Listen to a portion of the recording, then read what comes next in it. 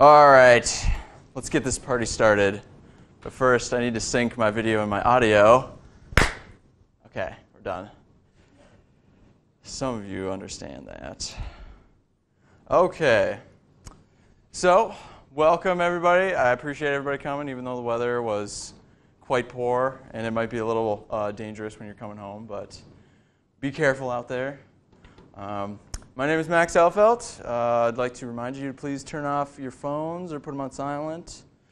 The men's bathroom is on this floor. Women's bathroom is up on this floor, just down the hall and around that corner there.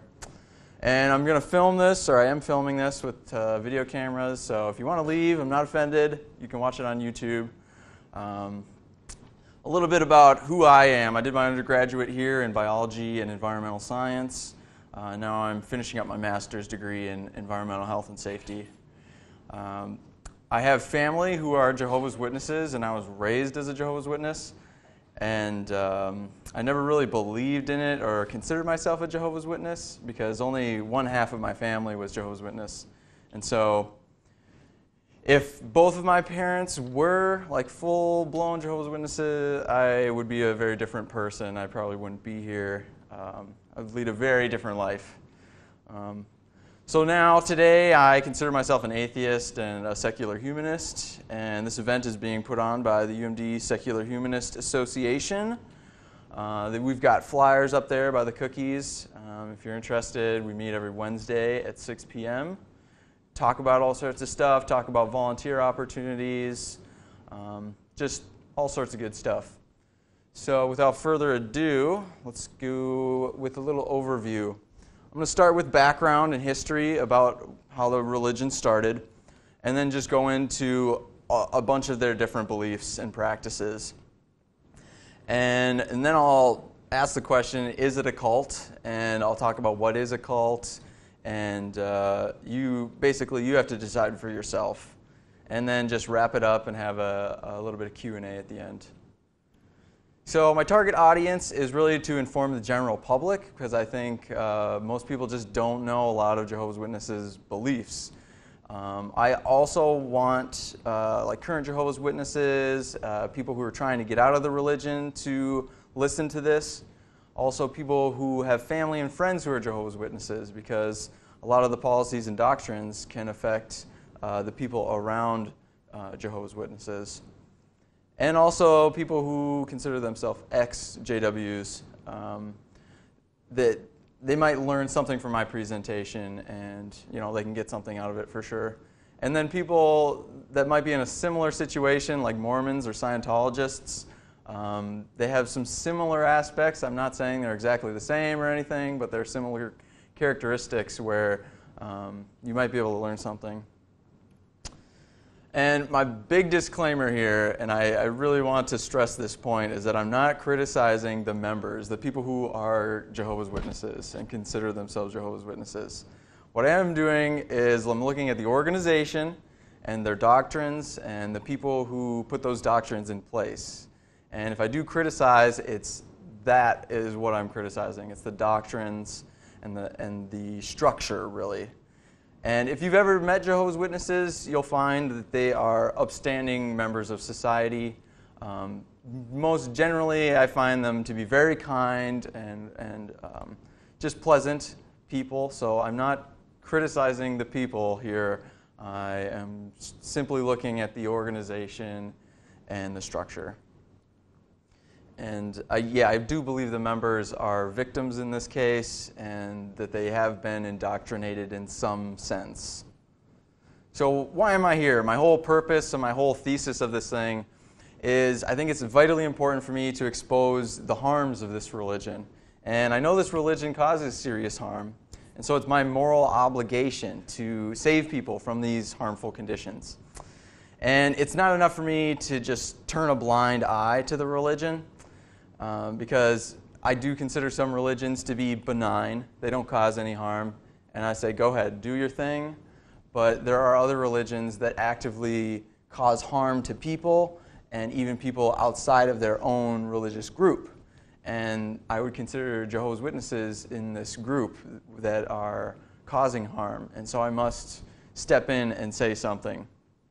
I also think this religion is like immensely unique when you compare it to other mainstream religions. And if you go online to try to find a lecture like this, it's really hard. There aren't a whole lot of informational lectures on Jehovah's Witnesses. And so that's what I'm doing. I'm trying to, give something to the community out there to help people understand their beliefs.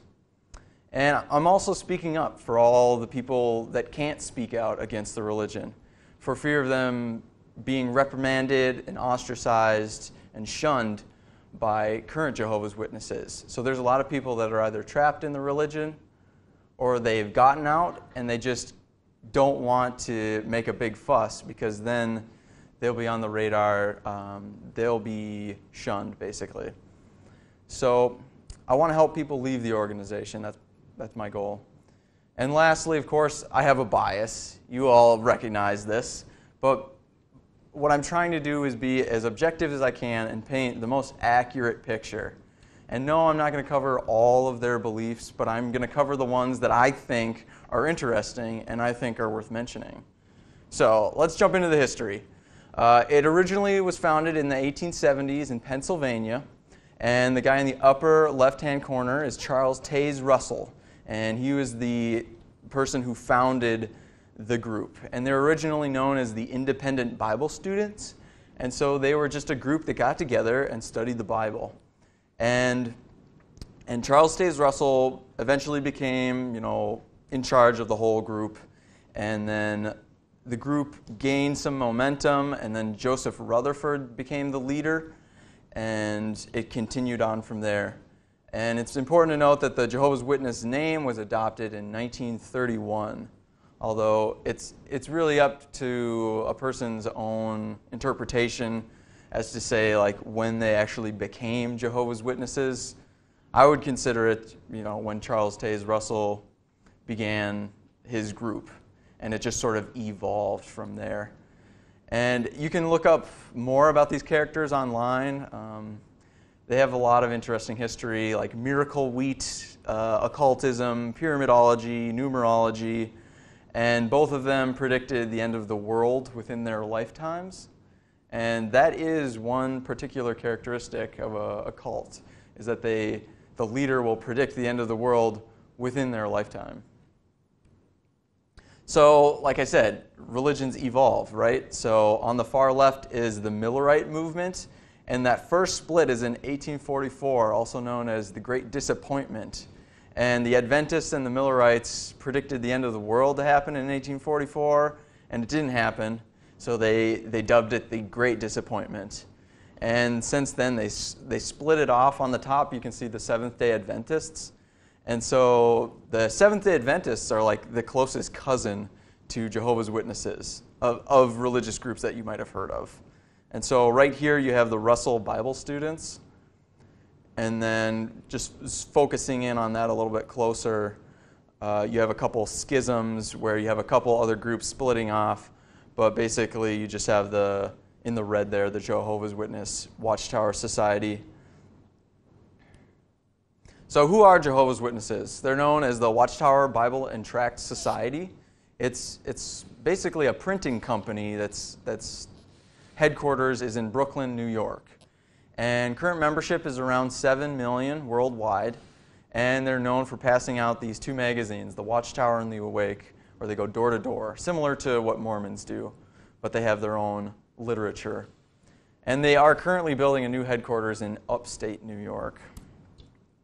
Here's just a little map of where you find the Jehovah's Witnesses congregations, or their kingdom halls. They don't call them churches. So let's look at some of their beliefs. They consider themselves Christian, but they don't believe in the Trinity, and they don't believe in hell. They believe that all evil will be destroyed in Armageddon, and that this Armageddon is imminent. It's right around the corner. Any day now, the world is going to end. They also believe Jesus was a mortal man. That second point, Jerusalem fell in 607 BC. They believe this, and if you ask historians, they will say that Jerusalem fell around 587 BC, a difference of 30 years. So that's sort of interesting. And the reason why they stick with 607 BC is because it fulfills their prophecy of that next date there, 1914. And so they have to keep 607 because it predicts the 1914 date. And so that next point is they believe the last days started in 1914. So the beginning of the end is 1914. Christ came back in 1914 and now rules over invisibly. He came back invisibly, so you couldn't have saw him. Jesus died on an upright stake. They're adamant about this. He did not die on a cross, and you can ask a Jehovah's Witness why they believe that. Only 144,000 Jehovah's Witnesses will go to heaven after Armageddon happens, and they will rule over the rest of the Jehovah's Witnesses who will live on a paradise earth. And I'll get into that a little bit here. And they believe that the use of Jehovah is important. Jehovah is the name of God. And Jehovah is actually like two translations of the word for God in Hebrew. And they just sort of mash two translations together. So they believe in this paradise earth. So the end of the world comes, all the evil people are destroyed, and then the earth is restored to a paradise earth. And it's this utopia where all the good Jehovah's Witnesses live, and there's fruit and berries, and animals are all friends with you, and people get resurrected. So past Jehovah's Witnesses who have died get resurrected in paradise earth. And they're also creationists. But this is an important little thing. If you go onto their website, their frequently asked questions, it says, "Do you believe in creationism?" asking the Jehovah's Witnesses. And it says, no. Jehovah's Witnesses do believe that God created everything. And so that's exactly the definition of creationism, is that God created everything. And yet they don't consider themselves creationists. And if you look into it a little bit more, the reason why they say they aren't creationists is because they aren't young earth creationists. And so they just don't define young earth creationists versus like an old earth creationism. And so they say the 6 days of Genesis, of course, aren't literal 24-hour days. That would be preposterous. But they could be 10,000 years or millions of years. They don't really say. But again, if you work backwards to try to find out where they sit on this whole age of the earth thing, they do believe in a literal interpretation of Noah's flood, which happened 4,400 years ago. Around that same time, they were building pyramids. So that falls apart a little bit. They believe that you can drink alcohol in moderation. So that's one little freebie there if you're a Jehovah's Witness. But they say you can't have a blood transfusion. And I'll get into that in more detail towards the end there. They don't believe that you can salute the flag or show any sort of nationalism, like singing the national anthem or holding office. You can't say the Pledge of Allegiance. That's sort of a form of nationalism and symbolism. You can't get involved in the military at all. Homosexuality is a sin. They are a works-driven religion, which means that you can't just go to church and study the Watchtower. You actually have to go out and preach the Word to be a good Jehovah's Witness.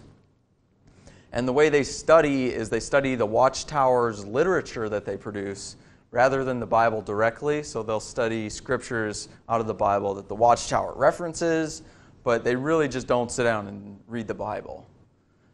They also believe that seeing a therapist, like a psychologist or a psychiatrist, is up to the individual, but you should exercise caution, because if the therapist conflicts with the Jehovah's Witnesses' beliefs, you shouldn't be involved in any of that. Sex is pretty restrictive. You can't watch porn, no masturbation, no sex before marriage. And then the last three, if you are in a marriage, no mutual masturbation, no oral sex, and no anal sex. So, how do they worship? They worship at the Kingdom Hall. It's not a church, it's a Kingdom Hall. And that's one way they can sort of distinguish themselves from other religions. Here's a typical schedule of a Jehovah's Witness. There'll be a public talk, which is about an hour, a watchtower study, which is about an hour. Field service can be anywhere around like 2+ hours a week. A Bible or a book study, which is 1 to 2 hours. Theocratic ministry school, which is an hour. And then if you put in the time where you have to study beforehand, your watchtower study, travel, getting ready for meetings and stuff, it comes out to around like 7 hours minimum to attend these Jehovah's Witness meetings. And that's what you need if you want to be an upstanding Jehovah's Witness. They have their own translation of the Bible. So on the left is their older version. It was released in 1950 by anonymous translators. And when people asked about the concerns about the translators, they said, quote, "The New World Bible Translation Committee has felt that the particulars of their university or other educational training are not the important thing." That's from December 15th, 1974 Watchtower. The Bible on the right just came out, also known as the Silver Sword. It was released in October 2013, and they changed a lot of stuff. They made it easier to read, sort of. They moved the English around so it's easier to read. But they also removed parts of John 8 and Mark, and then they changed a lot of words. And so, like long-suffering is now patience. Impaled, remember Christ died on a cross, or a stake. Impaled is now nailed to a stake. Revelries is now wild parties. They've changed the word soul to mean a number of different things depending on the context. A couple of other ones that are interesting are fatherless boy is now fatherless child. Ass is now donkey. Jacob's ladder is Jacob's stairway. And I thought this one was interesting. Joseph's coat of many colors is now his special robe. So good luck getting that into a song now.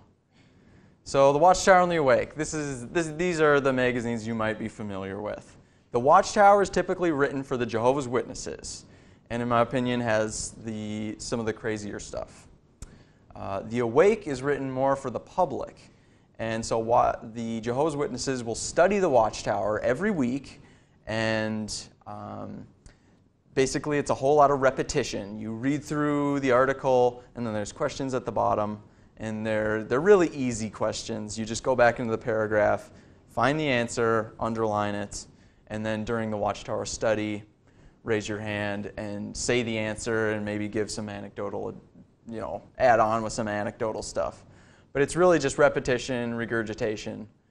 All of this information that goes into here is disseminated from the top. It's a hierarchical religion. And so this religion also produces a massive amount of literature. The Watchtower and the Awake, but also the tracts and books. And so Jehovah's Witnesses study all of this literature, but not the Bible directly. And it's sort of like a book club or Scientology, depending on how you look at it. The power hierarchy, there's a couple different roles that people play. Right on top is the governing body. They're running the whole show. Committee heads are there's a writing department and a couple different departments. And then there's traveling overseers that look over congregations or big groups of congregations. And then inside a congregation, which is a kingdom hall, you have elders, and elders are in charge of the congregation. They shepherd the flock, is how they say it. And only men can be elders. And then the next step down is ministerial servants. Men only, again. Similar to a deacon, they help out, assist the elders with some of the routine work. Like they give talks, they handle the literature, some of the accounting, the audio systems, they hold the microphones and stuff. And then bottom of the barrel is a publisher, which is any Jehovah's Witness who's baptized and goes out door to door to preach. And I've broken it down a little bit just so you can understand the power hierarchy here. We have the supernatural and the natural. And then no women allowed above that line, women allowed. And then the direct channel to God. So the governing body believes that they have this direct channel to God. and nobody else does, just the governing body. And everyone else just has to subscribe to what the governing body says. They have to take their word for it, basically. You could say faith. You might need faith to follow that. And the governing body appoints the next members of the governing body. So it's not a democracy at all. It's the current governing body will decide who becomes the next member. And they also decide who's the branch committees and the traveling overseers. And so there's a little room for corruption with that system. So here's the dream team. This is the current governing body of the Jehovah's Witnesses. They get their authority by calling themselves the faithful and discreet slave. And this term, faithful and discreet slave, was sort of vague throughout the years. It could have meant, a couple of different groups of Jehovah's Witnesses could have been included in there. But in 2013, they wrote an article that made it abundantly clear that the governing body and the governing body only are the faithful and discreet slave. And again, membership is only by invitation from current members. These guys approve all of the literature, the subjects for their conventions and talks, any doctrine change, and these are some of the crooks. These are the crooks behind this religion. So I gotta say, there are some good characteristics of being a Jehovah's Witness. This is the only slide, though. I mean, there are more things, but again, I'm talking about some of the criticisms here. But yeah, being a Jehovah's Witness, you will be generally a good public speaker, at least the men are, because they're giving talks. And if you're giving talks once a week, twice a week in front of a group of 30 or 40 people, you're going to get good at public speaking. And again, like I said, you're generally kind people, and they're generally modest as well. But you have to ask yourself, is this modesty virtuous, or is it mandated by doctrine? And we'll look at that a little bit later. And they also have advanced some rights for the First Amendment, things like refusing to say the Pledge of Allegiance and going door to door to preach. Their religion is the only correct religion, and all other religions are works of Satan. They also believe that you shouldn't be any part of the world, and so they promote this sort of hermit life, this us versus them, stay in this beautiful, wonderful, safe haven of our group, and try to avoid contact, making friends outside of the religion, that sort of stuff. And again, all doctrine is established and changed by this governing body. So this here says, families can enjoy good times without sharing in sinister celebrations. This is from a September 13th Awake. So you might have heard Jehovah's Witnesses don't celebrate a lot of things. So here's all the things that they don't celebrate. Christmas, birthdays, any national holiday, Thanksgiving, and why? So they think a lot of these things have pagan origins, which is, it might be right, might not be. You can look into it for yourself. Pagan origins is one reason, and mixing with the wrong crowd. It promotes mixing with the wrong crowd. And so like birthdays, you shouldn't go to birthdays or work parties because you're mixing with worldly people, and there might be alcohol. So it's dangerous. You should avoid it. And not only avoid it, they say you should not celebrate any of these things. Christmas, they think it's the wrong date, and it's also pagan. So that's some of the reasons why. Birthdays, they only discontinued in 1951, though, which is sort of interesting. That's in the Watchtower, October 1st, 1951. So why is this bad? So what? They don't believe that you should celebrate these things. Well, it creates, again, social isolation. It's saying, we're different, and you don't want to make social contact with other people. And that's how cults thrive, is really creating this us versus them mentality. And also think about children. It confuses children and ostracizes them, especially in school. Think of a kid who's, it's Mother's Day, and everybody's writing their Mother's Day cards and coloring them in. The Jehovah's Witness kid has to go out in the hallway and do something else. And that just makes him feel different, and all the kids look at him and see that he's different. And it's like, why? Why is he doing that? Which brings up Mother's Day. I would encourage people to look this up. The American Mother's Day, just read the origins of it. The Jehovah's Witnesses' beliefs are that Mother's Day is pagan in origin, so you shouldn't celebrate it. But I challenge people to go look it up. Look up the American Mother's Day. It started in like the 1930s or something. So pagan, I'm not sure. You can look it up though. And then Father's Day is also pagan. And Father's Day in America was created in response to Mother's Day.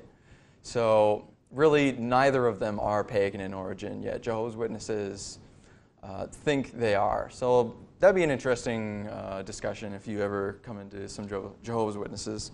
Have them do a little research and see what they come up with. Christmas. So they discontinued Christmas in 1919, but then they only enforced it in 1928. And so this is a picture from a book titled Crisis of Conscience by Raymond Franz. And Raymond Franz was a part of the governing body and then defected and wrote a book about it. And this picture is of Bethel, which is the top tier that's in New York, all the top tier Jehovah's Witnesses. And sitting at the head of the table there is Joseph Rutherford. And Joseph Rutherford was the second person who was in charge, the leader of the religion. So in 1926, they're celebrating Christmas. You can see this Christmas decorations, and they've got their presents laid out. And that's sort of interesting. You can look up the 1919 literature and see that they stopped believing in that. So things Jehovah's Witnesses can't do. You can't participate in extracurricular activities. To keep separate from the world while in school, young witnesses should consider the danger of becoming involved in extracurricular activities. Any recreation you take outside of school should not be with worldly youths. And that's the term they use frequently, is worldly. And worldly is anybody who's not a Jehovah's Witness. Again, this is an us versus them mentality. And then after school sports, participation in organized sports, we believe, would expose witness youths to unwholesome associations. And here's one more quote from the September 1st, 1964 Watchtower. Any recreation you take outside of school should not be with worldly youths. Oh, that one's on there. I repeated that one. Sorry. You can't smoke tobacco. At least they started it in 1973. You can't smoke tobacco. Can't get involved in the military, be involved in politics. And voting, that's an interesting thing. You weren't allowed to vote at all from 1952 to 1991. But now they consider it a conscious matter. And part of this not being involved in politics, there's a huge controversy in the history of the church in Malawi. And you can read about it more online or in Crisis of Conscience. But basically, their stance on not getting involved in the politics or military resulted in the torture and death of thousands of Malawians. And it is because the Watchtower's policy forbid them to hold a political card in a one-party state. And so Jehovah's Witnesses were told in Malawi that you can't get this political card. But then at the exact same time, the witnesses in Mexico were allowed to bribe officials for a cartilla card in order to escape military service, which is a similar thing. It's a military political sort of card. You can't learn any form of martial arts. You can't be a professional boxer. You can't get involved in yoga. And you can't do magic, whether it's real or imaginary magic. And so that means like no Harry Potter, no games, movies, books, toys, children's shows that anyway use magic. And I thought this was really interesting. They thought that yoga was actual magic. And there's an interesting quote that I'll read from the August 1st, 2002 Watchtower. And it's showing that yoga is real magic. It says, Yoga still retains its meaning. Yoga still retains in its meaning an overtone of occultism and sorcery. In June 1995, the Times of India reported that a 3.5-year-old girl lay in a trance as a car weighed more than 1,600 pounds was allowed to run over her abdomen. To the amazement of the crowd, when she awoke, she was totally unharmed. The report added it was sheer yogic magic, or sheer yogic power. Without a doubt, no normal human is capable of performing any of these tasks. Hence, a Christian must ask, of what are these feats an indication? Are they from Jehovah God, the Most High over all the earth, or are they from some other source? Jehovah's Witnesses also can't have a beard. They think the facial hair is a sign of uncleanliness. You can't... and going from that, the April 1st, 1968 Watchtower says, in paradise restored on earth, it would not be out of order if men returned to wearing beards in perfect fashion, like Adam and Eve. So in the paradise after Armageddon, I guess, beards might be okay. You can't join the YMCA because that's false religion running that show there.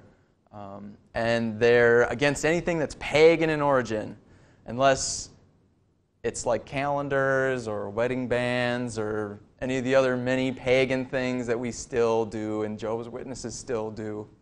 So that's an interesting point. Here's a video. You might have heard of it. It's called Sparlock, the Warrior Wizard, and Caleb. And it basically shows, well, I'll let you watch it and we'll talk about it after.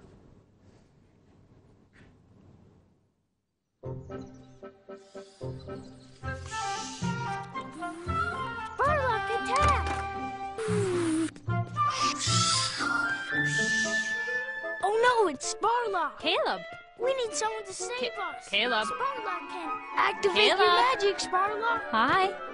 How was school today? Fine. Look at Sparlock's magic key! Caleb, what toy is that? It's Sparlock, the warrior wizard! Whoa, a warrior wizard. Yeah, my friend gave it to me. All the kids are going to see the movie. Can I see it too? Oh, your friend gave this to you. You look pretty excited about this. Why don't you come over here and get your snack, okay?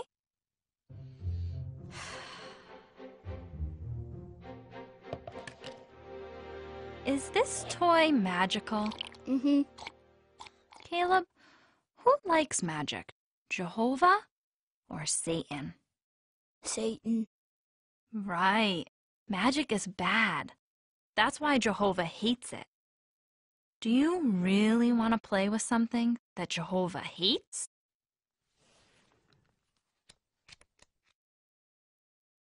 Do you remember who we learned about at family worship? Who is this? Adam and Eve. Right. Did they obey Jehovah? No, they disobeyed Jehovah. And he got very sad. So what if you disobey Jehovah and play with toys he doesn't like?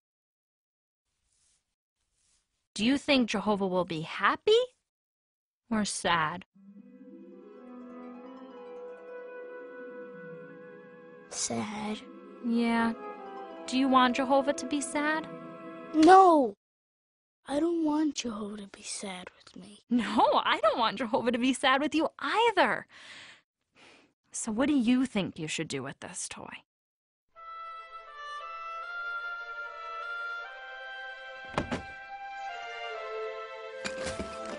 Caleb, I am so proud of you. You made Mommy very happy. And you know who else is happy? Jehovah. Yes.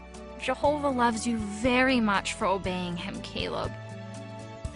Hey, you know what I want to do? What? I want to go ride bikes. Yay! Let's go!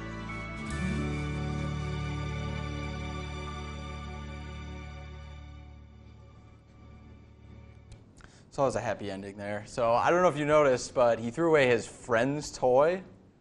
That might not be the biggest issue here, but it is one of the issues. And so the toy was magical, so that's why it was bad. And the mother used some fear tactics, some leading questions to show that anything that's magical or pretend magical is bad or against Jehovah. So here's a little bit of dirty history. I'm not going to say too much about this, but they were against vaccines for a number of years, and that definitely led to the death and or suffering of some Jehovah's Witnesses during that time. And I compiled a list of the Jehovah's Witnesses humanitarian efforts. So we'll just get that going here.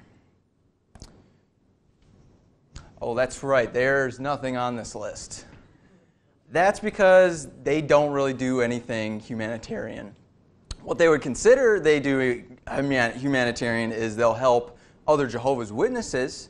So if a big tropical storm rolls in and wipes out a coast of a country, they'll send money and materials to rebuild a kingdom hall there and help out those Jehovah's Witnesses, and then write a really sweet Watchtower article about it. But they will not send any money to third world countries or anyone who's not a Jehovah's Witness. And I'm baffled by that. So all the donations are really just going to printing more materials, buying real estate, and building kingdom halls and putting on conventions. So I would consider this organization unhumanistic. The United Nations, this is an interesting little thing. They believe that the United Nations is the image of the wild beast from Revelation 13. And so the United Nations will destroy false religion and then try to just destroy the Jehovah's Witnesses, but Jehovah will stop them during Armageddon. And so the Watchtower really is against the United Nations. And the interesting part is they were a member of the United Nations Department of Public Information, registered as a non-governmental organization from February 1992 to October 2001. So they were associated with them for 9 years.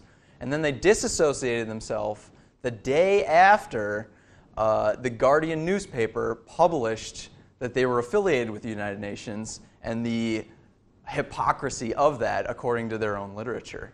So the day after they got bad press, they got out of there. Beth Sarim is another interesting little piece of history. They believe that the earthly resurrection didn't happen in 1914 or 1925, so they thought the earthly resurrection would happen at any minute, and Abraham and some of the other princes were going to be resurrected, and they need a place to live. And so the Watchtower organization bought this prime piece of real estate in 1929, and Rutherford was in charge of the religion at the time and made it his winter home, since the princes hadn't come yet, so might as well utilize that. And then it was just sold real quietly a few years after Rutherford died. And you can learn more about that on jwfacts.com. So what's the hook? Why do people come to this religion? Well, first off, they think it's just like another religion, and that is that it provides a community. And that is true. They come to your door, they're really pleasant and happy, and they'll say, come on, we'll give you a warm community where you can learn about spirituality. And yeah, people just think it's just like another Christian organization, and that's where I disagree. What they do is they prey on the weak, the socially isolated, and people who, like widows, or someone who has recently lost a loved one. And what they'll do is they'll say, the promise of paradise is coming, the end of the world is coming, and when that paradise comes, you'll be reunited with your loved ones who've passed away, because they'll be resurrected. And so that's one of the main sort of selling points that I see in the religion. Also, funerals are a great place for witnesses to try to find people who want to convert. I've heard stories of people going on to online obituaries. Jehovah's Witnesses will go on to just random obituaries and post comments and try to sell their religion in a real light sense. And if you ever have to attend a Jehovah's Witness funeral, they are definitely unique. They are about 5 to 7 minutes talking about the actual person and their life they lived, and the rest is just propaganda, talking about the Jehovah's Witness faith, and it's really doesn't provide much closure for people who came to hear about the person and hear about their life that they lived. So I'm sorry if you have to attend one, but that's what I would expect if you do have to go to one. So here's this promise of paradise earth. They have all sorts of colorful illustrations in all their magazines and literature. People are smiling, there's animals, there's fruits, everything's in bloom. And there's always a kid petting a tiger or a lion. And so this is sort of a running joke along ex-Jehovah's Witnesses is, where's my pet lion? You know, because there's so many pictures of kids. There's a kid in the background petting a lion. There's a bear up the front. And apparently all carnivorous animals convert to vegetarianism, I would assume, because in a paradise earth, it is not very beautiful when a bear starts eating flesh, especially humans. And blueberries and apples are apparently in the same season. So yeah, everybody's happy, everybody's smiling, and this is a picture of reuniting with those people that have been resurrected. And everyone, they say you're returned to a youthful state. Unless you're not a Jehovah's Witness, then you're going to die in Armageddon, obviously. And it's just a really beautiful, happy scene. And there's a kid holding a gun there, I think. That's an assault rifle. Oh, you know what? I mixed up my pictures. This is actually, that's Kim Jong-il and Kim Il-sung from North Korea. Yeah, that's a North Korean mural. I get them a little mixed up sometimes. So, divorce. They have a little rule about divorce. If the Christian is considering obtaining a divorce, the elders should explain that divorce does not free him to remarry unless adultery occurs. So filing for divorce when adultery did not occur would result in an unscriptural divorce, where certain congregational privileges would be revoked. Kind of unique. Women get the short end of the stick here. From the book they titled, ironically, Reasoning from 1989, there's a subsection called Women, and the title, Should Women Be Ministers? Quote, women are counseled to learn in silence with full submissiveness at congregational meetings, and that they do not raise questions challenging the men in the congregation. The women are not to speak at such meetings if what they might say would demonstrate lack of subjugation. Thus, although women make valuable contributions to the activity of the congregation, there is no provision for them to preside or to take the lead by instructing the congregation when qualified men are present. And then you have a picture there from the watchtower. The woman's in the kitchen and the man's doing the manly things. Here's another interesting quote from a very recent watchtower where basically Selma, it says, the night before, Steve had hit me as I had tried to prove a point, and I was feeling sad and sorry for myself. So Selma gets hit by Steve when she was trying to prove a point. So Selma goes and talks to a Jehovah's Witness and tells her this, and the Jehovah's Witness says, well, what are you doing for your husband? And then in the bold down there it says, realizing that I needed to adjust my thinking, I prayed to Jehovah to help me be more loving towards Steve. Slowly things started to change. After 17 years, Steve accepted the truth. And the truth, what they mean, the truth means the religion. And they often capitalize truth with a capital T. And so that's another interesting thing, is they call themselves the truth. And if you hear that over and over again, that I'm in the truth, I've been in the truth for 5 years, it sort of just places this little seed in your head that, oh yeah, this is right, because it's the truth. So here's some more pictures of women in the kitchen. The one on the bottom, it says, head covered when presiding or praying at a congregation meeting for field ministry. And that's because women, if no men are present and they're having like a watchtower study, the woman in charge has to wear a head covering. I just dug that up and I didn't know that, never knew about that. It's just an interesting little tidbit. So basically, if you're a woman, you don't get any privileges in this religion. Men have these privileges, as they call them, in the congregation. You can give talks. You can handle the audio system, hold microphones, do the accounting, run the literature counter, preach door to door, clean the hall. Women can clean the hall and preach door to door. That's it. Women can get up on the stage and give examples of how to witness or role play going door to door, but they aren't allowed to give talks by any means. Never. Women also aren't allowed to wear pants at the meetings or out in service or to conventions or any sort of Jehovah's Witness thing. And that's similar to Mormons, some of the Amish, and the Westboro Baptist Church. And the reasoning behind this for the Jehovah's Witnesses is they believe slacks are designed for men. That's from Old Watchtower, November 1st, 1972. And so that's they don't want you looking or trying to look like the opposite sex. And so that extends to no butch cuts for women, no long hair for men, piercings, obviously, there's more rules about that. So you can't be looking like the opposite sex by any means. And that includes slacks, as it was called in 1972. So Jehovah's Witnesses have some beliefs about college, or as they call it, higher education. And this is audio of Anthony Morris III. That's a picture of him. He's one of the current governing body members. And this is from the YouTube channel John Cedars, who runs a website called jwsurvey.org. Sometimes people will say, well, you know, Jehovah's Witnesses are against education. Well, that's ridiculous. We're not against education. We are pro-education. It's just that we are selective with who does the educating.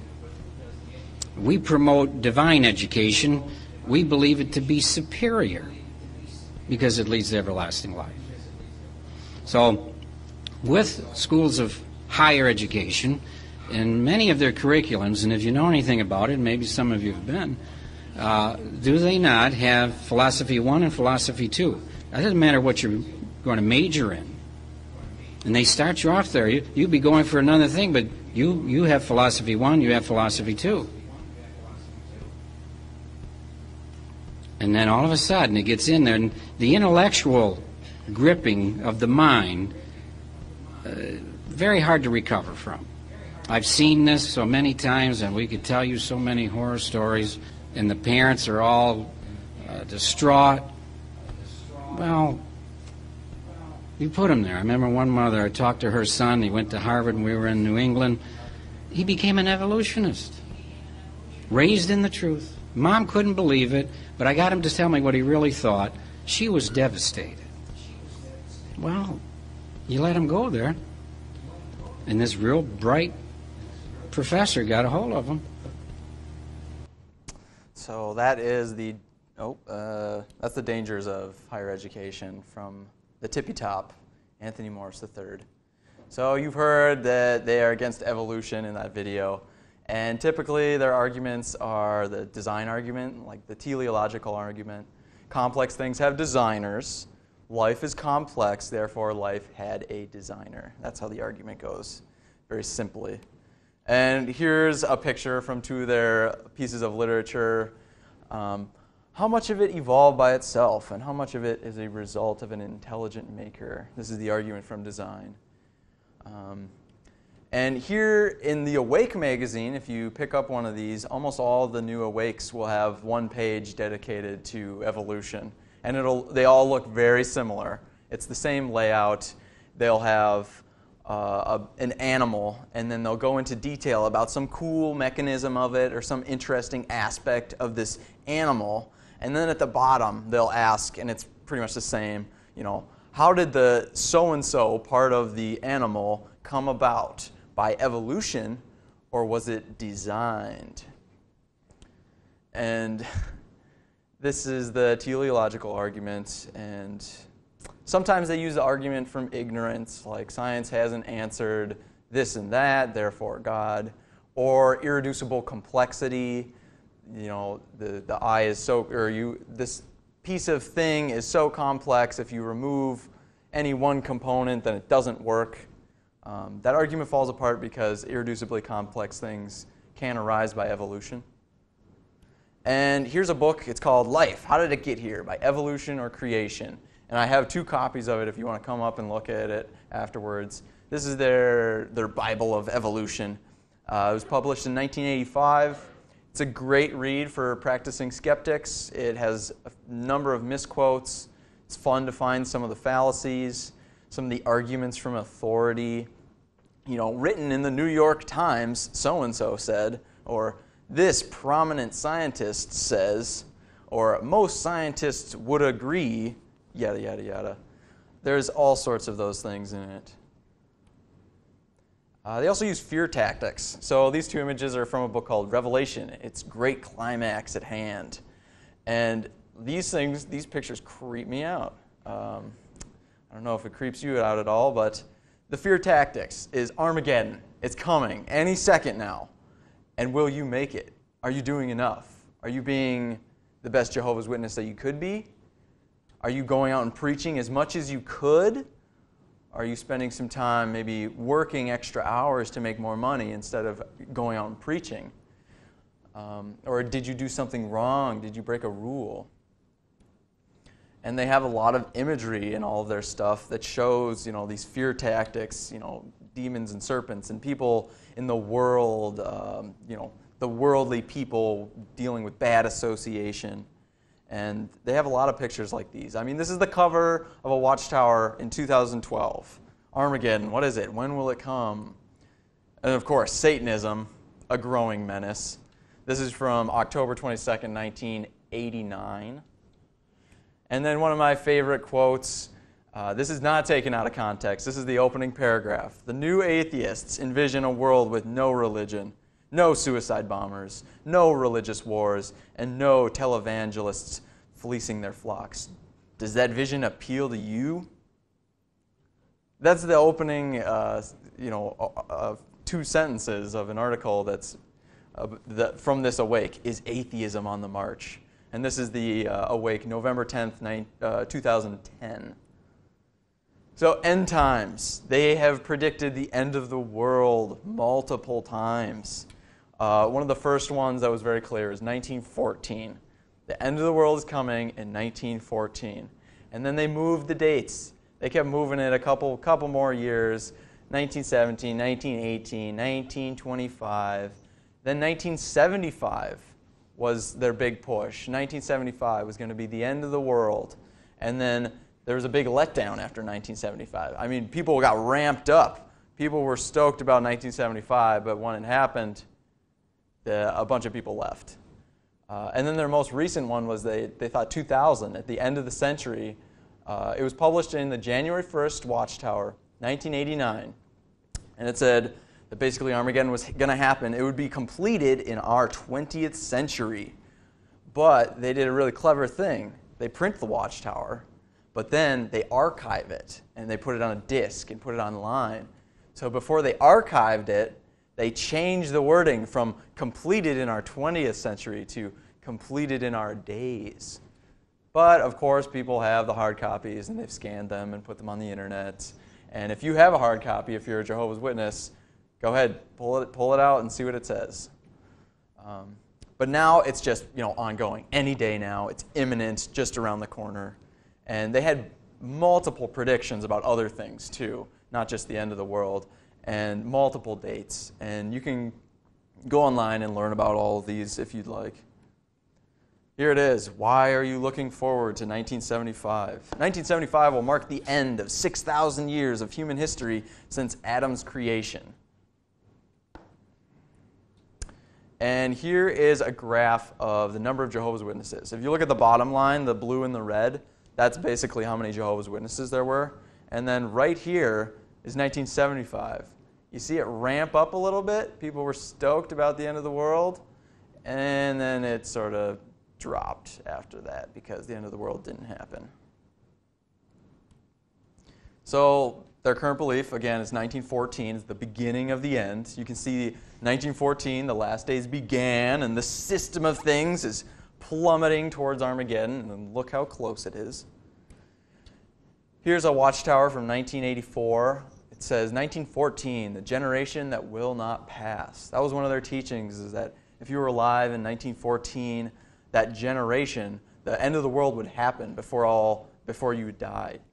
And this yellow on the right is someone else's work with the numbering on the heads. They figured out who all these people were, and they've all passed away, sadly. So what's wrong with these end-time predictions? Why is it bad to believe the end of the world is coming?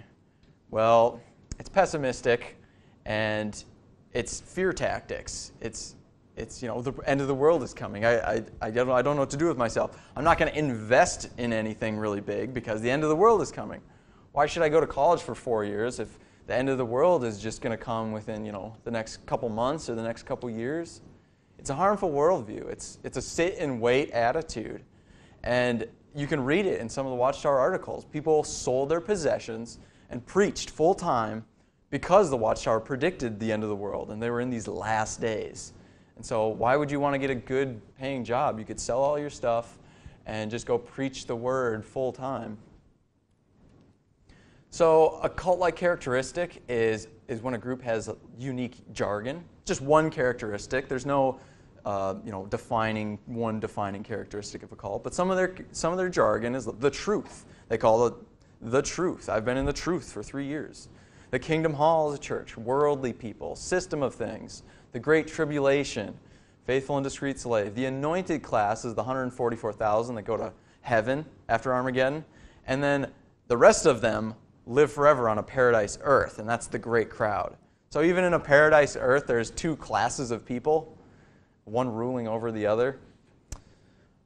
Everlasting life on a paradise earth. That's a very familiar phrase that you'll hear. And witness, I was witnessing to somebody. Ministerial servant, out in service. They call each other brother and sister, similar to other religions. So this is the meat and potatoes. They have this thing called disfellowshipping. It's a strict form of shunning, and it's imposed on baptized members that decide to leave the truth or break any rules without repentance. And what it does is it holds all social contact hostage. And so you can do something bad and not repent, or if you disassociate yourself and say, hey, you know what, Jehovah's Witnesses, not my game, I'm going to go do some other stuff, maybe join another religion. It's the same thing. You'll get treated the same exact way as if you broke one of their rules and weren't repentant. And so you mix this practice with the policy that says you should avoid bad association, the worldly association. You've built up all of your family and friends are now Jehovah's Witnesses, and all of them are at stake now. So if you wanted to leave, you'd have to turn away from your entire social structure. And so it is very difficult to leave the religion. Similar practices are observed in the LDS Church, some Amish, especially the Scientologists, Westboro Baptist Church, and many other cults. And here's a quote on how to treat disfellowshipped people. This is from the Watchtower, April 15th, 2012. Very recent.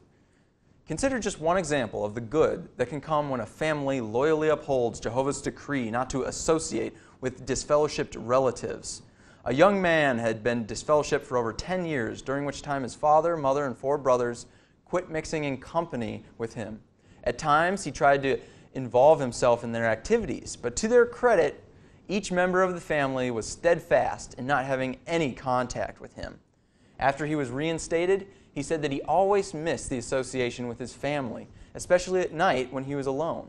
But he admitted, had the family associated with him even a little, that small dose would have satisfied him. However, because he did not receive even the slightest communication from any of his family, the burning desire to be with them became one motivating factor in his restoring his relationship with Jehovah. Think of that if you were ever tempted to violate God's command not to associate with your disfellowshipped relatives. Now, it says that it was one motivating factor. I would say it's the motivating factor for why that guy came back to the religion. Here's some more quotes. This one's even more recent, 2013. Really, what your beloved family member needs to see is your resolute stance to put Jehovah above everything else, including the family bond. Do not look for excuses to associate with a disfellowshipped family member, for example, through email. Now, if you're talking with a Jehovah's Witness and you bring up this topic, you might want to bring up the July 9th, 2009 Awake article that says, quote, "No one should be forced to worship in a way that he finds unacceptable or be made to choose between his beliefs and family. Does studying of the Bible lead to family breakup? No." And that, of course, was in the Awake, so that's more targeting other religions. So there's the shunning loophole. Some people have been successful, some not. They also call it the fade out, where you can still talk to your relatives. How it works: don't break any rules to get disfellowshipped. Don't disassociate yourself by saying it or writing a letter. And just slowly stop going to meetings. Maybe move to a new town so you don't know anybody. And then you'll be seen as sort of a dormant Jehovah's Witness or something like that.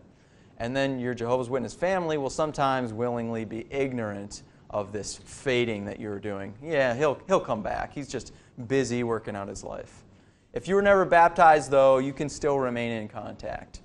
And so don't get baptized if you're a young Jehovah's Witness. But there are a number of Watchtower articles that promote youth baptism. I'm looking at 4 right here that say preteen, age 10, age 11, age 11. All 4 of those are promoting baptism at that age. And basically that person is committed to the religion, and so if they ever want to leave, they'll get shunned. Bottom line, people are not free to leave the organization. They're punished for leaving. So can you think of a situation where this is socially acceptable? Is this a violation of human rights? But remember, Jehovah's Witnesses are against everything that's pagan. So if you look up this article, it says excommunication is pagan. It's foreign to Bible teachings, and it has a pagan influence. Well, maybe this isn't a credible source, so where did I get this? July 8th, 1947, Awake magazine.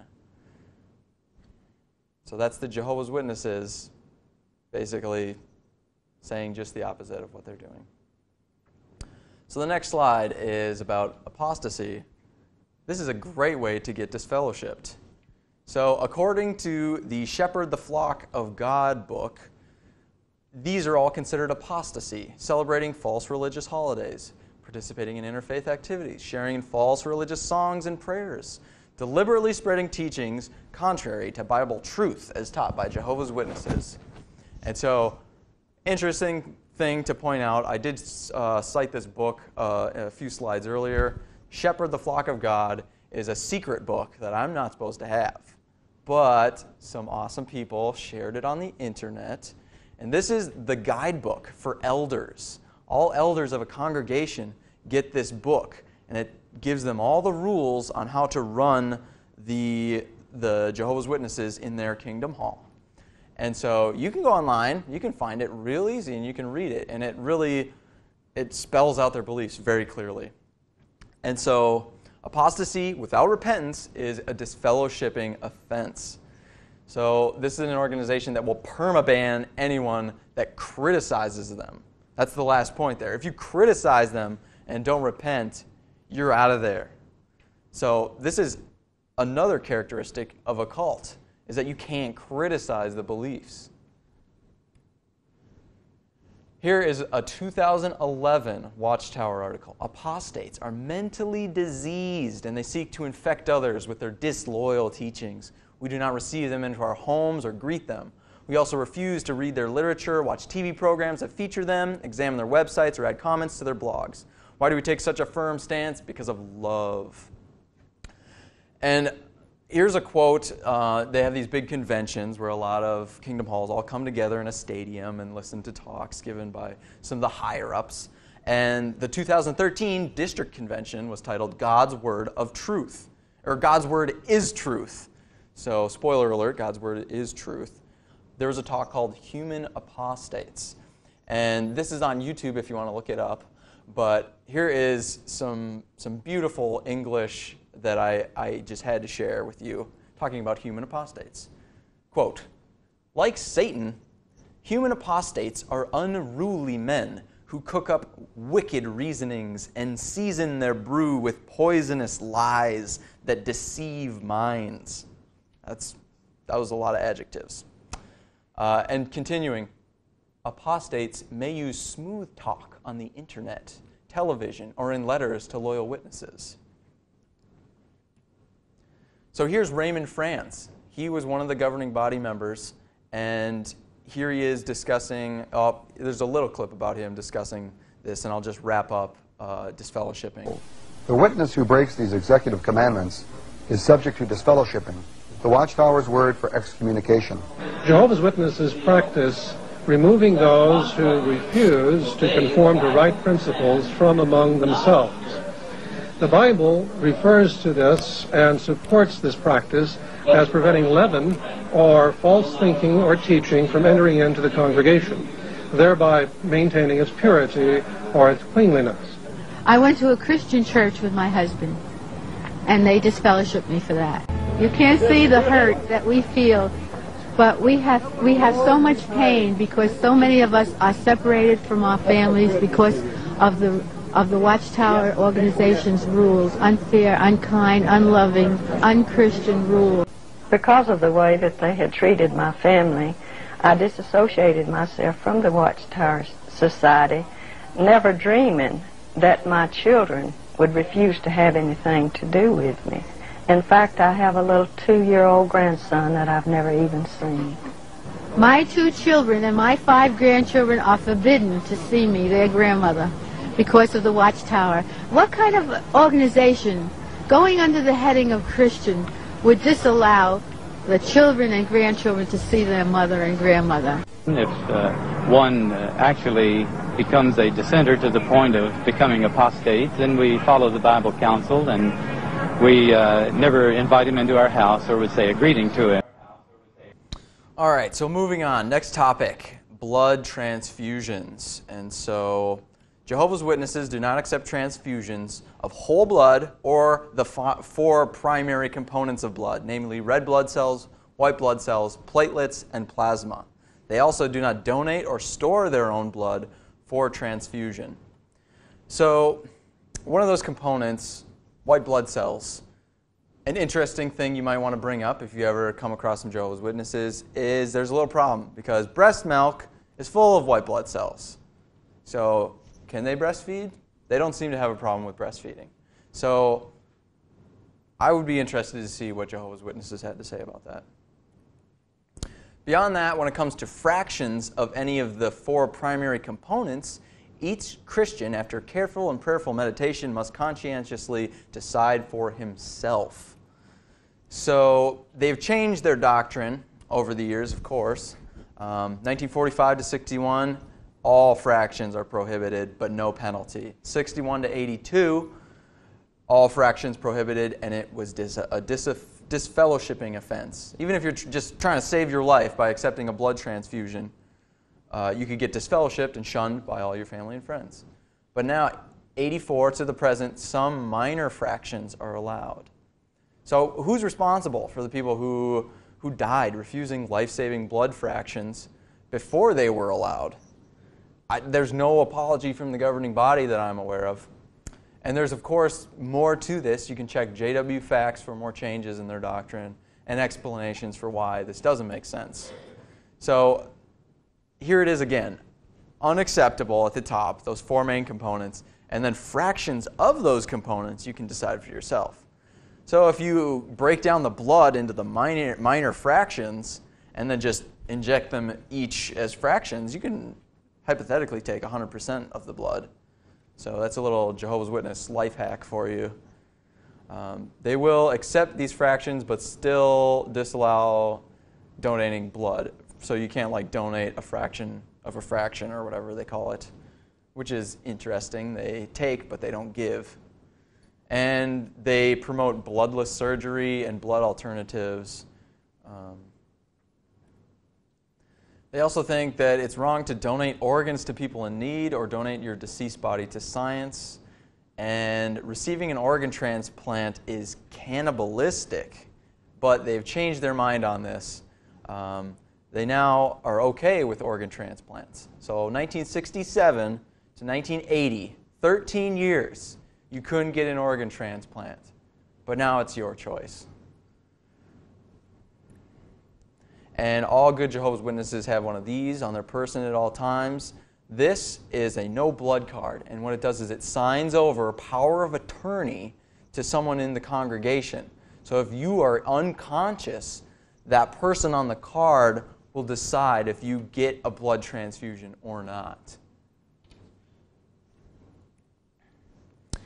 And they promote this, obviously. They promote people martyring themselves for this doctrine. Here's 3 children who all died because they refused blood transfusions and then died. 14 years old, 12 years old, 12 years old.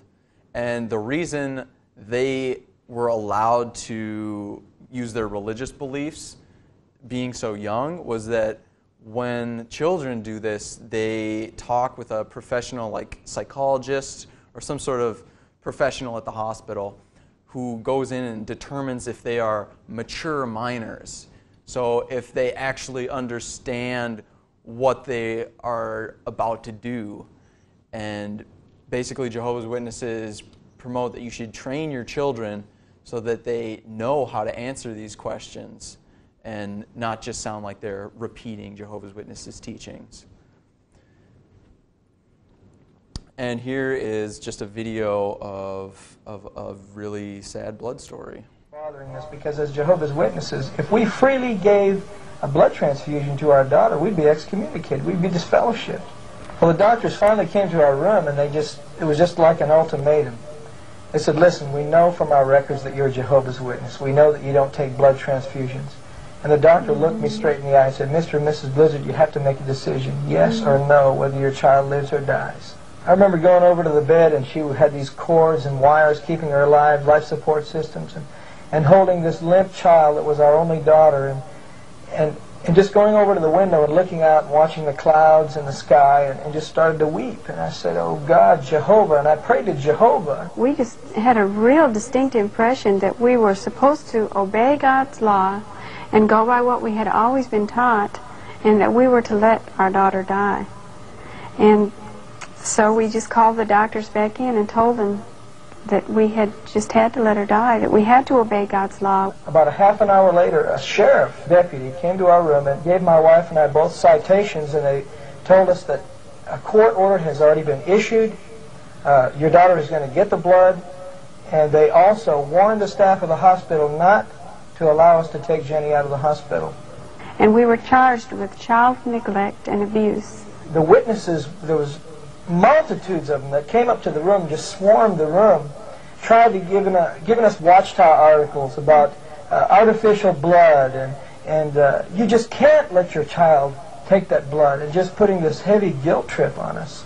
The elders were relieved to find out that there was still time to get Jenny out of the hospital, and they would come up to me and say, hey, I've got a plan. We can get her, we can hire a helicopter, we can sneak her out of this hospital, just unhook the tubes, and we're gone. And I said, wait a minute.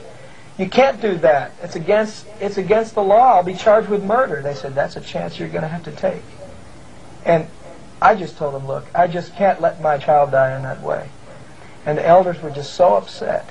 They left in a huff. They were mad. And one of the elders said on the way out, he looked me in the eye and said, you know what? I hope your daughter gets hepatitis from that blood. And that was just the straw that broke the camel's back. I was just broken here. My own people, God's organization, turning against me, cursing me, because I just wanted to see my child live. And so they left. And we were all alone. Even my own parents didn't come see us. So that's just to put a face on what some of these stories look like. And there's all sorts of stories of people's own dealings with that policy. But we got to move on. Child abuse. So there's a problem with child abuse in the church. And if you go on to a site called jwleaks.org, you can download a bunch of leaked documents. And there are these letters called the Body of Elder Letters. And what it is the governing body, the very top, sends out letters to all the elders of the congregations about changes in doctrine and stuff. Well, they sent out this letter on October 1st, 2012. It's called Re-Child Abuse. And they sent it out after they had a huge lawsuit with Candace Conti. And Candace Conti won the lawsuit for $21 million, which is a huge payout. And right now it's in the appeals court. There's a lesser amount now. It's like $7 or $9 million, and it's still in the court system right now. But here are some quotes from that letter. Most states have child abuse reporting laws that, depending on the facts, mandate elders to report an accusation to the authorities. Thus, when elders learn of an accusation of child abuse, 2 elders from their congregation should immediately call the legal department for legal advice. And the legal department will provide you with legal advice based on the facts and the applicable law. So the branch office, not the local body of elders, determines whether an individual who has sexually abused children in the past will be considered a predator. Keep in mind that the branch office, not the local body of elders, determines whether one who has sexually abused a child is considered a known child molester.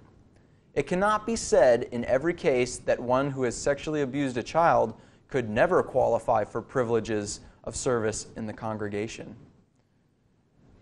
So, where are elders legally required to report child abuse in the United States? I had to dig up some research here, and I made this map myself from data pulled from the U.S. Department of Health and Human Services from 2012. And this is the legal requirements for clergy to report suspected child abuse or neglect. So blue is good. Blue requires clergy to report child abuse. Green says mandatory but not clergy specific. It just says people or something like that. And orange is bad. It says there's no requirements, and that's 8 states. There's no requirement to report suspected child abuse or neglect. But this isn't the whole story, because there's this map, and this is called privileged communication. And the question is privileged communication, or something spoken in confidentiality or confession, does that disallow somebody from saying that there was child abuse? So if a child goes to an elder and they speak in confidentiality, this map shows whether it's required for them to report it or not. Or let me read the quote from the study. It says, privileged communications may be exempt from the requirement to report suspected abuse or neglect. So if it was spoken in confidentiality, it may or may not be required that they report the abuse. So blue is good. Blue says no matter what, they got to report it, even if it was in a confession. Orange is bad. And then green is just not addressed. So most of the states have this rule where if it was spoken in some sort of confidentiality, it was a privileged communication, then it may or may not be required that they report it. And it all comes down to this rule that they have. It's the 2-witness rule. And you can read it inside the Elder's Manual how to handle a judicial case like rape. It says what kind of evidence is acceptable. There must be 2 or 3 eyewitnesses, not just persons repeating what they've heard. No action can be taken if there is only 1 witness. Well, how many times are there more than 1 witness in a case of rape? Well, if the perpetrator doesn't admit to his guilt, then all you have is the victim. And so that's only 1 witness, so nothing can be done. So in that body of elders letter that was leaked, they just doubled down on the 2-witness rule. It says, thus, although they investigate every allegation, the elders are not authorized by the Scriptures to take congressional action unless there is a confession or there are 2 credible witnesses. Loving elders should take steps to protect children, especially when a judicial committee determines that the one who has sexually abused a child is repentant and will be allowed to remain a member of the Christian congregation. So, moving on, is it a religion or a cult? Charles Manson, a religion or cult? David Koresh of the Branch Davidians in Waco, Texas. Scientology, is it a religion or a cult? Westboro Baptist Church. How about the Church of Latter-day Saints, the Mormons? How about the Watchtower? Something interesting to note, the Watchtower, as well as those 3 last slides, are all tax exempt. The government says that they're tax exempt religion. Scientologists are, Westboro Baptist Church is, the Mormons are, so is the Watchtower. And so a cult doesn't really have a defining characteristic. It's more of a spectrum. Cult is a derogatory term a lot of times, and religion is not so much. And so Where do you draw that line? It's up to you. All we can do is look at cult-like characteristics and say, how many cult-like characteristics does your group have? Well, you can look through this list and see all of these are cult-like characteristics of the Jehovah's Witnesses. And these cult-like characteristics I pulled from Jason Ford. He is a philosophy professor here at UMD, and he takes an interest in cults. Cults don't have to be religious. They can be just any group, really. And a lot of the, one of the main characteristics of a cult, I think, is control. And what the Jehovah's Witnesses do is they control so many aspects of your life. Your dress, your grooming, the music you watch, the movies, websites, books, friends, the sports you play, your hobbies, your education, your career, the medical procedures that you do, the holidays and celebrations that you have. And it's really just a huge time commitment being a part of this religion. And you have this fear of being disfellowshipped. You have to track your hours of how many hours you go out and preach. And you're always thinking, am I doing enough? You know, it's works driven. Am I really doing enough? So trust in Jehovah with all your heart and do not lean upon your own understanding. Here is November 2013 Watchtower. And this one is really scary. It says, at that time, in regards to when Armageddon comes, the life-saving direction that we receive from Jehovah's organization may not appear practical from a human standpoint. All of us must be ready to obey any instructions we may receive, whether these appear sound from a strategic or human standpoint or not. So I don't know what you read when you hear that, but I hear, drink the Kool-Aid no matter what it tastes like. We need to guard against developing a spirit of independence.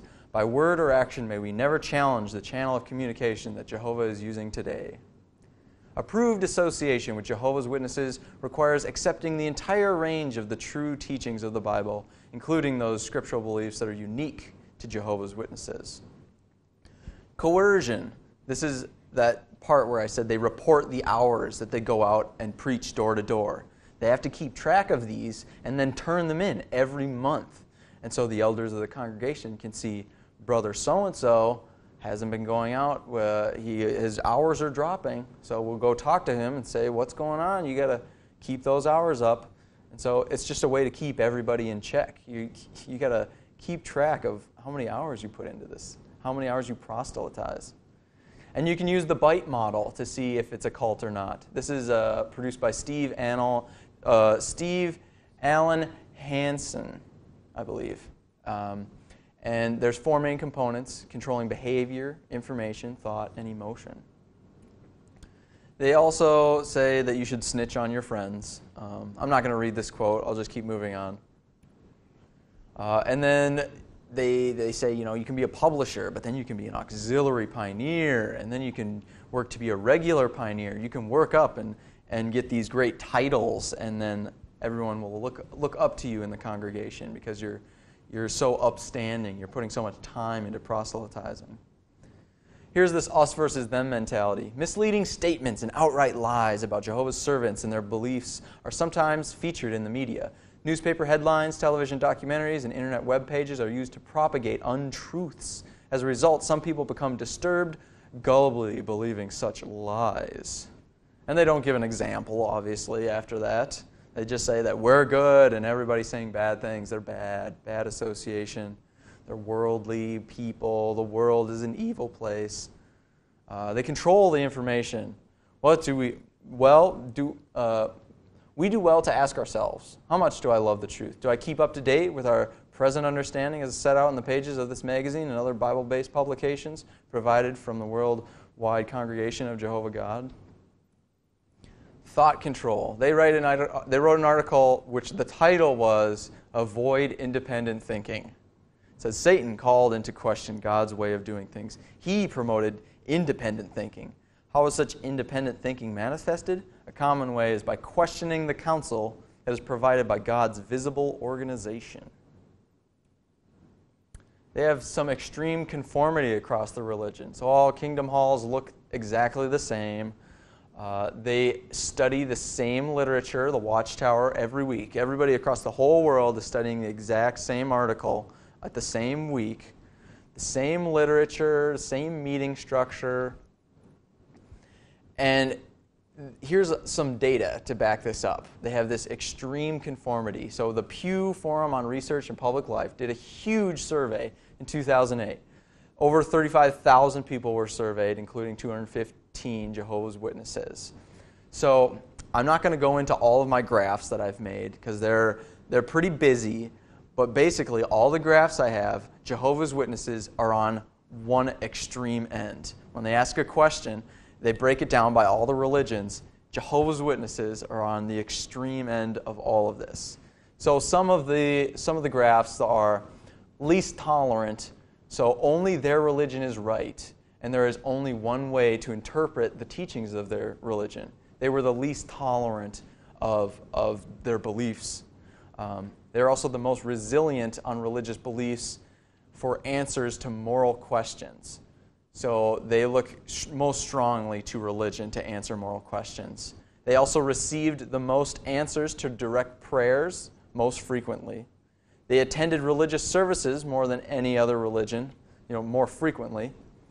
And they shared their views on God most frequently. They read scriptures outside of service most frequently. They were the strongest believers that abortion should be illegal in most or all cases. That was 77% of Jehovah's Witnesses thought that. And 90% of Jehovah's Witnesses, also the extreme, believe evolution is not the best explanation for the origins of humans. So I'll skip through some of my graphs and let's take a look at this one. Jehovah's Witnesses, are you registered to vote? About 12 or 13% are, so that's sort of interesting. But then there's like another 12% who aren't U.S. citizens, and that sort of shocked me. But most of them aren't registered because they've been teaching that voting, you shouldn't be involved in voting. And here's that abortion thing. So Jehovah's Witnesses on the far end. And another interesting thing to point out is Jehovah's Witnesses were closely followed by Mormons in almost all of these questions. So Mormons are, in some ways, closely related to the Jehovah's Witnesses. Evolution on the extreme. They believe that church should not express views on politics. They had the strongest opinion on that. Homosexuality should be discouraged. They had the strongest opinion on that as well. And then they think Jehovah's Witnesses on government assistance for the poor. That big chunk is government should do more to help needy Americans, even if it means going deeper in debt. And so that is reflected because Jehovah's Witnesses are very low income when you compare it to all the other religions. And this, again, the big red chunk, they prefer a bigger government with more services. Even though they're against government involvement and they were against voting for such a long time, they still think that there should be a bigger government. And I think that's because of this. This graph, you can't read the legends, but the x-axis is percent of college graduates. So on the far left is the least amount of college graduates. Jehovah's Witnesses are on the far left. The lowest amount of college graduates, only 9% of Jehovah's Witnesses. And second to the lowest percentage for the y-axis, which is household income less than $75,000 per year. So very low income along with not very educated. And so that's why I think they want bigger government and more assistance. And something good to note in all those data and facts, Jehovah's Witnesses have the lowest retention rate of any religious tradition.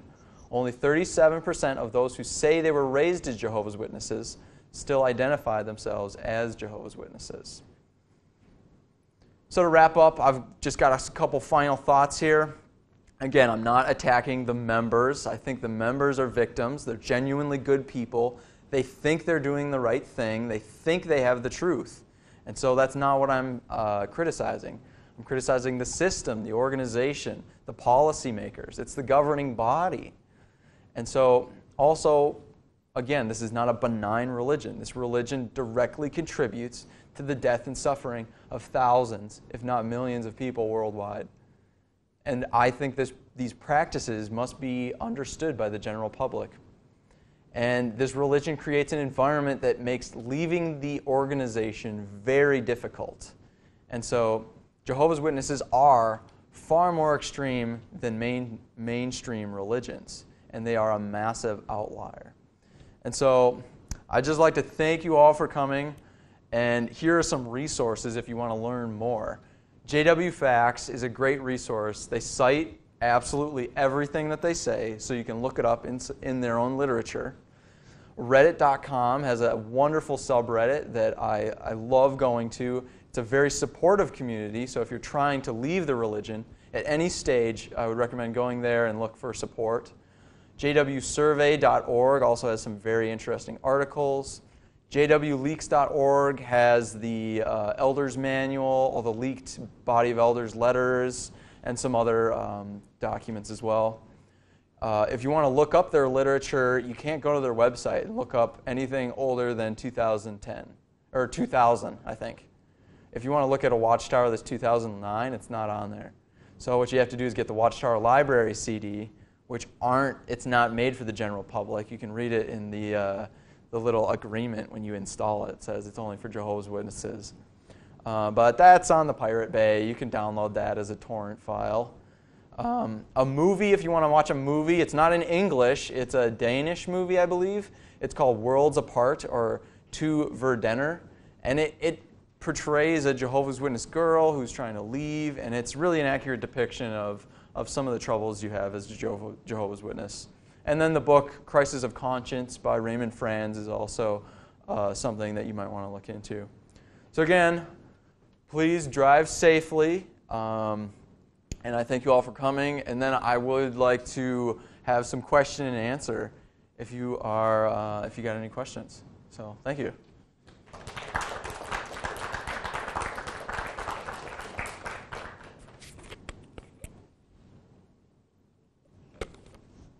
Holly.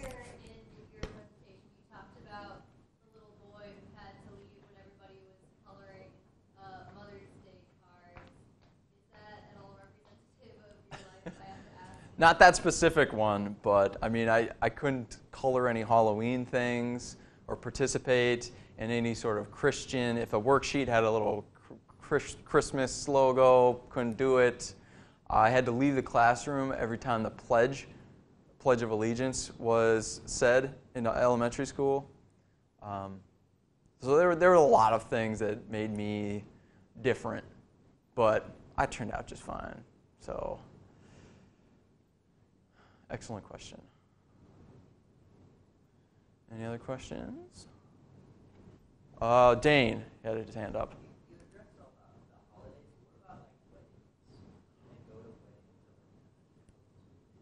That might be a gray area. So are Jehovah's Witnesses allowed to go to other weddings, like at a church or something? And that's sort of a gray area, I think. I don't think as a Jehovah's Witness it would be good to step foot in another church. So I don't know if there's a solid rule on that. That's a good question. Somebody else had a question. Logan.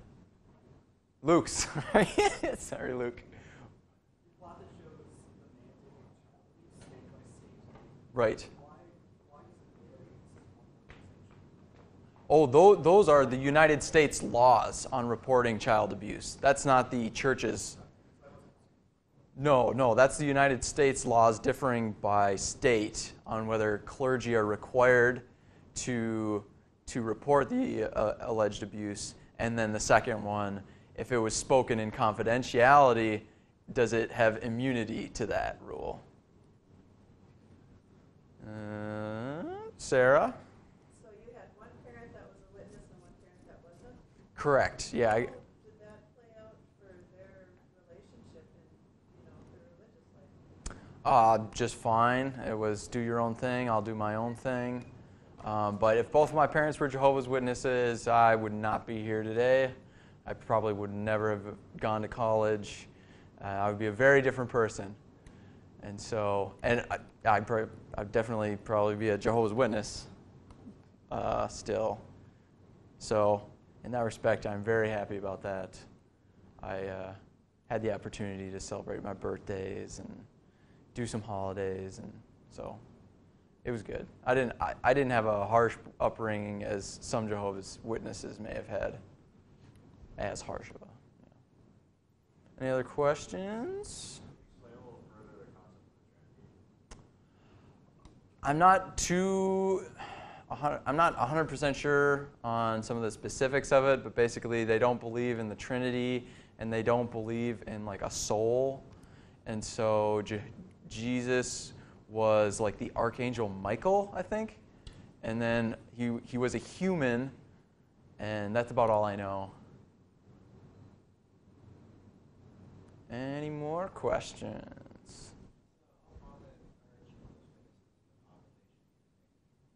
Well, Jehovah's Witnesses, there's about 7 million worldwide, but Mormonism, for example, is 14 million. And so the Mormonism has grown way faster than the Jehovah's Witnesses. They're sort of similar, so you can kind of compare those two groups. I think the Jehovah's Witnesses aren't growing as fast as they are projected to. Holly? You said that the retention rate was fairly low, like 37%. Yep. Why is it so low if you outline how hostile they are, how difficult it is to leave the church? I don't know, maybe just people have the courage to leave or they get kicked out. I think one of the main things that helps people leave this religion is the internet. Everyone has an amazing resource at their fingertips. If you just Google Jehovah's Witnesses and read the Wikipedia page, it'll start some Jehovah's Witnesses. They'll start sweating if they read just the undeniable truth about the history of their religion. They'll definitely learn something about it that they weren't taught. And so I think the internet plays this huge role in some of the young people nowadays leaving the church. And there's these building online communities for people to come and say, hey, I've got this problem. I'm only 16, so I can't leave. But my parents are both Jehovah's Witnesses. So what do I do? Do I just sort of play along with it? I really want to just tell them that I am against it and I don't want to be a part of it. And people will give it good advice and say, here's what I did and here's what I did. And this might work for you, this may not, but it's really up to you. And so there's the communities and also the information online that are really helping people.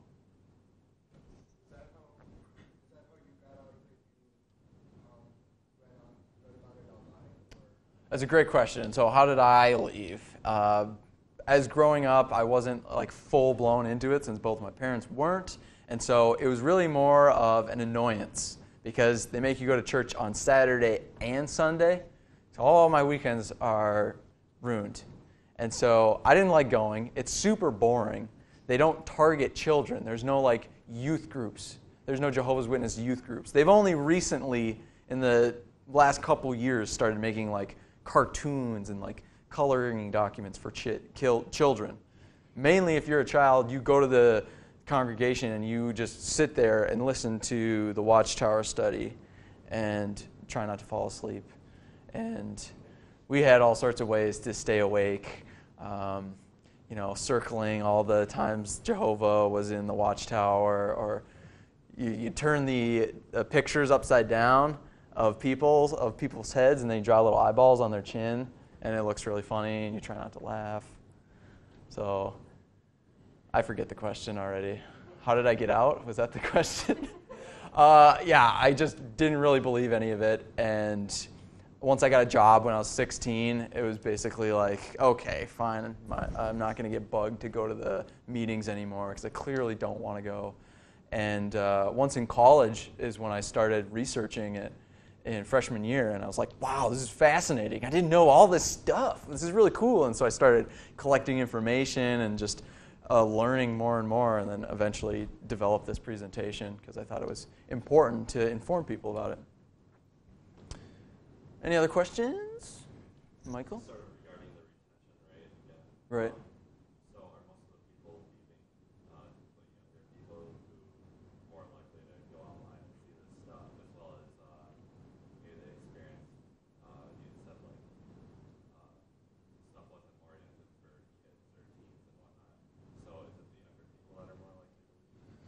Good question. I don't know. I don't know if that data, I don't think that data specified the age groups that were leaving, because I think it would be really hard to figure that out.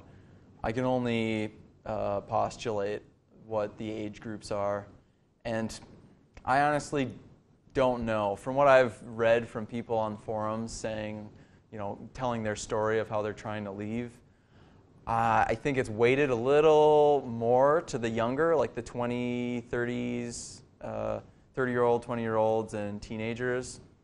But I'm just guessing. Yeah, good questions. Anybody else? No? All right. Well, drive safely. Try not to end up in a ditch tonight.